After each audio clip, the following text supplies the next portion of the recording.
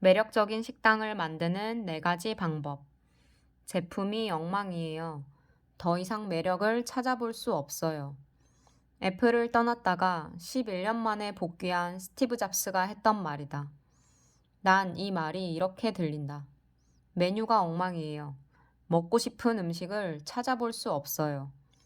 내가 하려는 식당의 메뉴는 무조건 매력적이어야 한다. 맛있든가, 신기하든가, 예쁘든가, 가성비가 좋든가, 유일하든가, 엄청난 스토리를 담고 있든가, 어떻게든 매력을 발산해야 한다. 내 식당의 매력은 어떻게 찾을 수 있을까? 고객의 입으로 맛을 볼 수 있어야 한다. 고객의 눈으로 분위기를 느낄 수 있어야 한다. 고객의 마음으로 내 가게를 평가할 수 있어야 한다. 당신의 가게에서 손님과 똑같은 과정을 거쳐 식사를 해본 적이 있는가? 본인의 가게에 손님처럼 입장하고 주문하고 계산하고 먹어보라. 처음엔 웃음이 나오겠지만 어느 순간 진지해진다. 그리고 보인다. 내 가게의 매력이. 매력을 만들려면 첫 번째, 맛있어야 한다. 식당은 일단 맛있어야 한다. 내 음식의 점수가 90점 이상이 되지 않으면 절대 창업하지 마라. 지인들에게 테스트하는 것도 좋지만 스스로 점수를 매길 줄 알아야 한다. 난 내가 파는 메밀국수의 점수가 딱 90점이라고 생각한다. 그리고 99점이 되기 위해 노력한다. 90점이 넘으면 1점 올리기가 힘들다. 난 99점이 되기 위해 메뉴를 줄이고 메뉴당 집중도를 높이려 한다. 한 가지에만 집중하는데 어떻게 맛이 없을 수 있겠는가? 또 모든 재료를 국산으로 교체할 것이다. 원재료비가 상승하겠지만 충분히 수익을 낼 수 있다. 메뉴가 줄어들면 인건비도 줄어들기 때문이다. 결국 메뉴를 한 가지로 줄인다면 100년 가게를 만들 수 있다. 두 번째, 음식 사진은 무조건 맛있게 예쁘게 나와야 한다. 항상 인스타그램의 음식 사진들을 봐야 한다. 자주 봐야 감각이 살아난다. 요즘 고객들이 어떤 음식 사진을 찍고 좋아하는지 보라. 맛과 상관없이 사진 때문에 꼭 가봐야 할 가게로 꼽히는 식당들이 있다. 음식을 만들어 사진을 찍어보라. 최소한 본인이 보기에 매력적이어야 한다. 최소한이다. 사진을 찍고 본인도 고개를 갸우뚱한다면 그건 아니다. 사진을 찍어 단체 대화방에 설명 없이 올려보라. 10명 중에 7명은 우와, 먹고 싶다, 예쁘다, 가고 싶다, 어디야 등의 반응을 보여야 한다. 세 번째, 스토리가 있어야 한다. 똑같은 점수의 동일 메뉴라면 스토리가 있는 집이 이긴다. 오래 간다. 식당 간판에 할매를 그렇게 많이 갖다 쓰는 이유가 바로 스토리 때문이다. 손님들의 얘기에 귀를 기울여라. 그 속에 스토리가 있다. 본인이 억지로 만든 스토리는 공감을 얻지 못한다. 내가 처음에 밀었던 스토리는 연예인이 직접 요리하는 가게였다. 하지만 손님들이 얘기하는 스토리는 달랐다. 내 가게의 스토리는 가족이 늘 함께 하니까 음식이 맛있다. 다음은 내가 들은 손님들의 대화다. 고명환 씨 어머니가 식당을 오래 하셨대. 어머, 지금도 늘 함께 요리하시네? 가족이 같이 하니까 이런 음식을 만들 수 있는 거야. 지금 내가 만들고 있는 스토리는 100% 국산 재료, 100% 손으로 만드는 메밀국수다. 모든 음식을 100% 국산 재료로 만들 필요는 없다. 내 경우는 메밀국수이기 때문에 국산 재료로 하겠다는 것이다. 스파게티나 쌀국수를 100% 국산 재료로 만들 필요는 없다. 내가 만드는 음식에 필요한 스토리를 만들면 되기 때문이다. 네 번째, 유일해야 한다. 이 음식은 이 집에서만 먹을 수 있는 거야. 이거 하나면 스토리도 된다. 사람들이 사진도 마구 찍을 것이다. 유일하니까. 어려운 길이다. 하지만 불가능하지는 않다. 한번 생각해 보자. 내가 만들 수 있는 세상에서 유일한 음식이 뭐가 있을까? 가장 쉬운 길은 정성이다. 어떤 음식에든 남들에게는 불가능한 정성을 쏟을 자신이 있다면 도전하라. 어렵지만 간단하다. 성공 확률도 가장 높다. 유일할 수 있는 또 다른 방법은 극을 달리는 것이다. 세상에서 가장 큰 돈가스, 세상에서 가장 매운 짬뽕, 세상에서 가장 푸짐한 조개찜, 세상에서 가장 싼 짜장면, 세상에서 반찬 종류가 가장 많은 백반, 세상에서 가장 톡 쏘는 홍어회, 세상에서 가장 비싼 참치회, 세상에서 가장 나이든 할매가 끓이는 된장찌개 등 어느 바닷가 입구에 자리한 순두부집들을 보면 간판에 30년 전통, 50년 전통, 70년 전통, 무려 130년 전통이라고 써놓은 곳도 있다. 너무 비슷한 스토리는 공감을 얻지 못한다.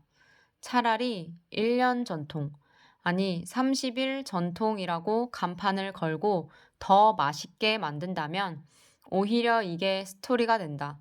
중요한 건 더 맛있게 만들어야 한다는 것이다.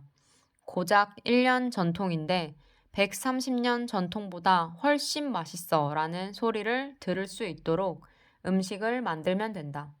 자, 이제 당신만의 매력을 만들어 보자. 웃으면서 일할 수 있어야 매력이 생긴다. 얼굴 찡그린 사람은 매력적일 수 없다. 엄두가 나지 않는다면 창업하지 마라. 꾸준한 현금 흐름, 브랜드. 브랜드란 사업자가 자기 상품을 경쟁 업체의 것과 구별하기 위해 사용하는 기호, 문자, 도형 따위의 일정한 표지를 뜻한다. 남이 만든 상품이 아닌 자기 상품, 나만의 브랜드를 가지고 있어야 한다. 그래야 자기 상품으로 다른 업체와 경쟁에 이길 수 있고 코로나19와 같은 팬데믹 상황에서도 흔들리지 않는다. 처음부터 브랜드를 만들 각오로 시작하라. 그리고 남 밑에서가 아닌 혼자 시작하라. 시작이 중요하다. 어디서 시작하느냐에 따라 브랜드를 만드는 시간도 차이가 난다. 피라미드의 맨 밑에서 시작하지 마라. 피라미드의 맨 밑은 프랜차이즈 같은 걸 말한다.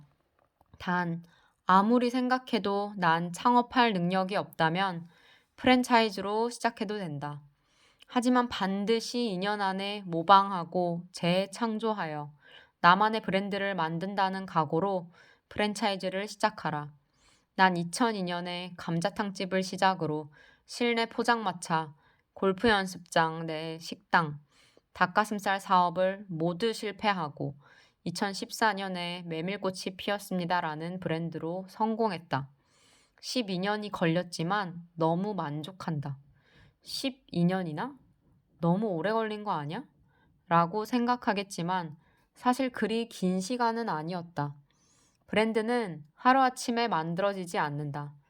브랜드는 내공이 쌓여야 만들어진다.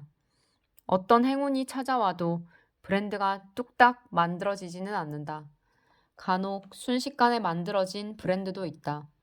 하지만 그런 브랜드는 절대 오래가지 못한다. 우리에게 필요한 건 평생, 아니 몇 대를 이어갈 수 있는 브랜드다. 브랜드가 이미 만들어진 식당에 가면 느껴지는 게 있다. 아, 이 맛은 보통 내공에서 나오는 게 아니다. 훌륭하다. 이런 힘은 하루아침에 생기지 않는다. 그러니 브랜드에 대한 꿈은 강력하게, 호흡은 길게 가져라.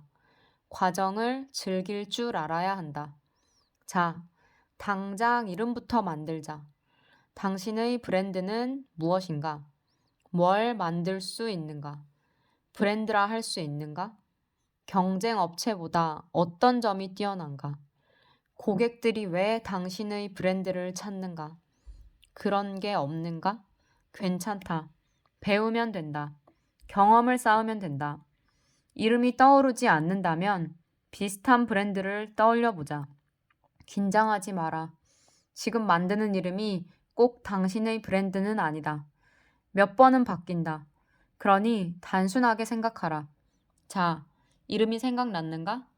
그 이름을 적어 벽에 붙여두자. 이제 당신은 이 브랜드를 향해서 앞으로 나아가면 된다. 그럼 당장 뭐부터 해야겠는가? 당신이 구상한 브랜드와 관련된 책을 10권 사자. 가장 빨리 브랜드를 만드는 길은 실패와 독서다. 일단 시도해보고 실패한 뒤에 독서를 통해 실패 이유를 분석하고 모자란 부분을 채운다. 이 과정에서 내공이 쌓인다. 여기서 중요한 건 실패의 경험만으로 브랜드를 만들기엔 너무 오랜 시간이 걸린다는 것이다. 어쩌면 영영 못 만들지도 모른다. 반드시 실패의 이유를 분석하고 모자란 부분을 채우는 과정이 있어야 한다. 책은 내가 어디로 가야 하는지, 뭘 배워야 하는지, 어떤 생각을 해야 하는지 알려준다. 사람에게 묻지 말고 책에게 물어보라. 브랜드를 만드는 과정을 설명하면 다음과 같다. 1. 브랜드를 만들기로 각오한다. 2. 남 밑에서 시작하지 않는다. 처음부터 내가 사장이다. 3. 나만의 브랜드 이름을 짓는다. 4. 필요한 책을 10권 구입한다. 5. 창업한다. 6. 실패한다. 7. 독서를 통해 실패 이유를 분석하고 실력을 키운다. 8. 다시 창업한다. 내가 먼저 브랜드가 되어야 한다. 브랜드가 된 사람은 스스로 생각하는 사람이다. 당신은 얼마짜리 브랜드인가? 당신은 지금 얼마를 벌 수 있는가? 정확하게 분석하고 인정한 후 몸값을 높이자. 몸값을 높이는 방법으로 경험을 통해 실력을 키우고 실패한 분야를 더 배우고 독서로 세상을 보는 눈을 만드는 것 말고 또 무엇이 있겠는가? 축하한다. 당신은 이제 당신만의 브랜드를 가졌다. 브랜드의 힘은 막강하다. 그 어떤 주식이나 부동산보다 훌륭하다. 브랜드는 꾸준한 현금 흐름을 만들어주는데 꾸준하게 생산되는 현금의 힘은 막강하다. 매일 10만 원씩의 매출로 만든 1000만 원이 갑자기 생긴 10억보다 힘이 강하다. 꾸준한 현금 흐름이 당신의 미래를, 당신의 가족을 책임져 준다. 당신의 브랜드가 1000억 원에 매각됐다는 소식을 기다리겠다. 손님을 부르는 심벌 마크. 손님을 불러 모으려면 당신의 브랜드를 사람들의 머릿속에 각인시켜야 한다. 그러기 위해서는 네이밍을 하고 심벌 마크를 만들고 주제 색상도 정해야 한다. 심벌 마크를 만들고 주제 색상을 정하는 이유는 고객들의 기억에 오래 남기 위해서다. 고객들에게 내 브랜드가 시도 때도 없이 생각나게 하기 위해서다. 영어 소문자 I를 보면 뭐가 떠오르는가? 아이폰, 아이팟, 아이패드 다. 줄무늬는 아디다스. 우리나라 지도는 성경김을 생각나게 한다. 심벌 마크의 힘이다. 초록색 하면 스타벅스가 떠오르는 건 주제 색상 때문이다. 재미있는 사실은 막상 스타벅스에 가면 초록색이 매장에서 차지하는 비율이 5%밖에 안 된다는 것이다. 70대 25대 5의 법칙이라는 것이 있다. 기본 색상 70, 보조 색상 25, 주제 색상 5로 구성할 때 사람들은 5%의 주제 색상을 가장 잘 기억한다는 것이다. 내 제품을 고안하고 내 매장을 인테리어할 때 이런 법칙을 아는 것과 모르는 것은 엄청난 차이를 만들어낸다. 확실한 기준을 가지고 사업을 하는 사람과 모호한 상태에서 그냥 감으로 사업을 하는 사람 중 누가 성공하겠는가? 내 가게의 경우 네이밍도 했고 주제 색상도 정했는데 심벌 마크가 없다. 간판에 내 얼굴을 캐리커처로 그려놓았지만 심벌 마크라 할 수는 없다. 그래서 오늘 밤 책을 읽다 심벌 마크를 만들었다. 책을 읽으면 이렇게 모든 것이 발전한다. 사람도 발전하고 사업도 발전한다. 내가 심벌 마크를 만든 과정은 이렇다. 1. 메밀이 떠오르게 하려면 뭐가 있을까? 2. 메밀국수는 여름에 주로 먹는데 여름 하면 떠오르는 것은? 3.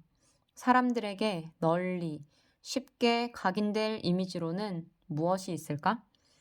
메밀이란 이름과 연관 있으면서 세 가지 조건을 모두 충족시키면 좋겠는데 이런 생각을 하다 무릎을 탁 쳤다. 그래, 매미다. 매미라는 이름은 메밀과 많이 비슷하다. 매미는 여름 곤충이다. 매미는 하루 종일 사방으로 소리를 전파한다. 그렇다면 메밀국수와 매미가 무슨 상관인가? 상관없다. 김과 지도는 무슨 상관인가? 하지만 우린 지도를 보면 성경김을 떠올린다. 내친 김에 광고 문구도 만들었다. 매미가 울면 메밀꽃으로. 스타벅스 로고는 세이렌이다. 세이렌은 바다 위에 배가 지나갈 때 노래를 불러 선원들을 유혹한다. 손님들을 이렇게 유혹하겠다는 게 스타벅스 로고의 의미다.